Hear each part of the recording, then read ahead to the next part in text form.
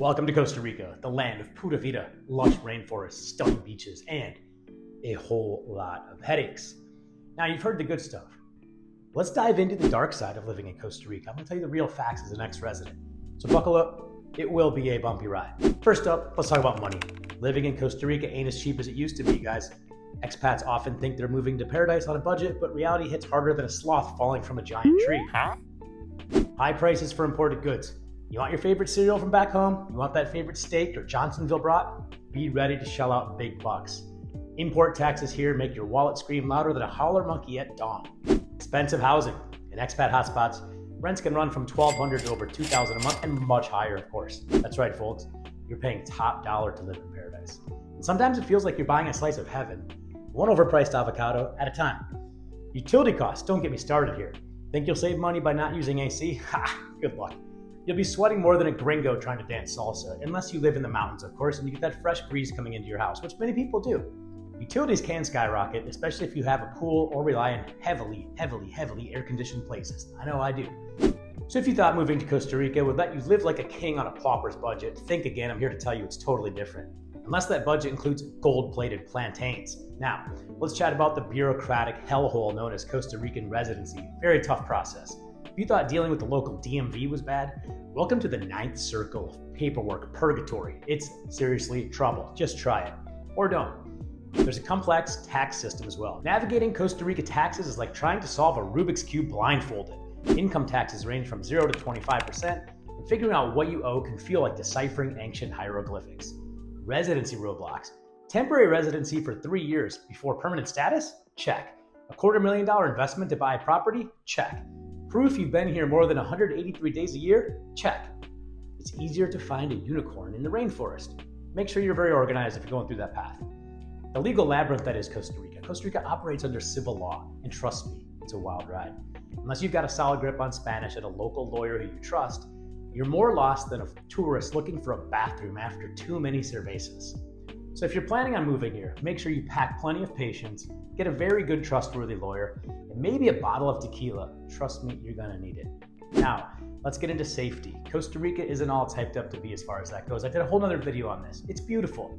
It is, but not without its dangers. Crime rates are rising recently, especially in urban and tourist areas. There's crime rates in hot zones like San Jose, which is very dangerous. Be very careful, especially in certain areas.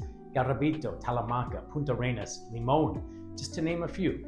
In 2023 alone, tourist property thefts hit over 1,447 cases. You're more likely to get your stuff stolen than you are to see that Costa Rican jaguar.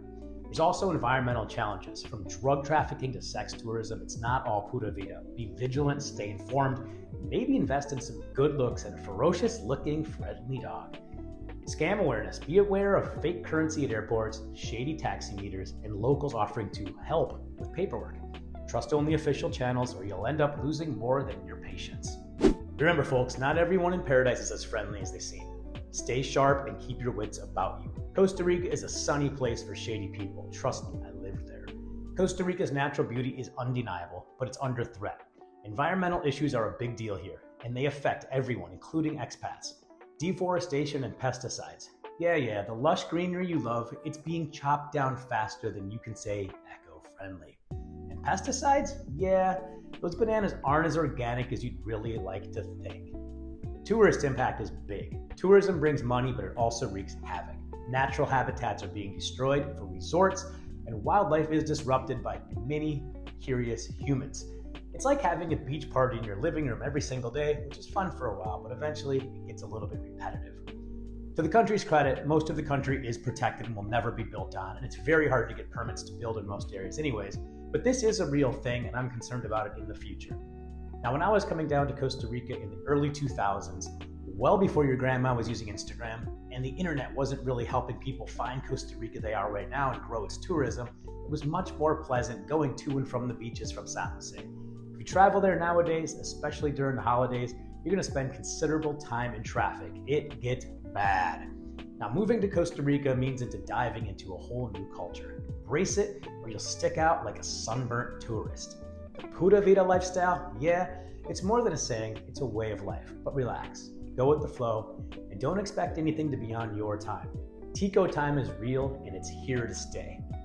Communication styles in Costa Rica is very different too. They value harmony and avoid confrontation. So learn to read between the lines and pick up on nonverbal cues. And a little bit of Spanish will go a long way, especially if you want to make friends or date locals. The daily inconveniences of Costa Rica is really what pissed me off the most. Long lines of banks. Don't even get me started on how ridiculous banking is in Costa Rica. There's also unpredictable traffic and frequent power outages. It's all part of the charm, I guess. Think of it as a tropical version of a New York City rush hour, but with more palm trees and fewer angry cab drivers along the way. Although they will honk at each other quite frequently. I've never seen anything like it.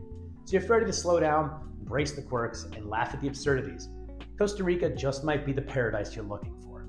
Truthfully, Costa Rica and living there is an adventure. It's full of highs, it's full of lows. It's not all sunshine and beaches, but if you're prepared for the challenges, have a little bit of patience, it can be a very rewarding experience. Just remember to pack your sense of humor and a whole lot of patience. I can't stress that enough. Pura vida. Don't forget to like, subscribe, and hit that notification so you can get my next videos. I'll be brutally honest about what it takes to live in Costa Rica and other topics from Costa Rica and around the world. I'll see you next time.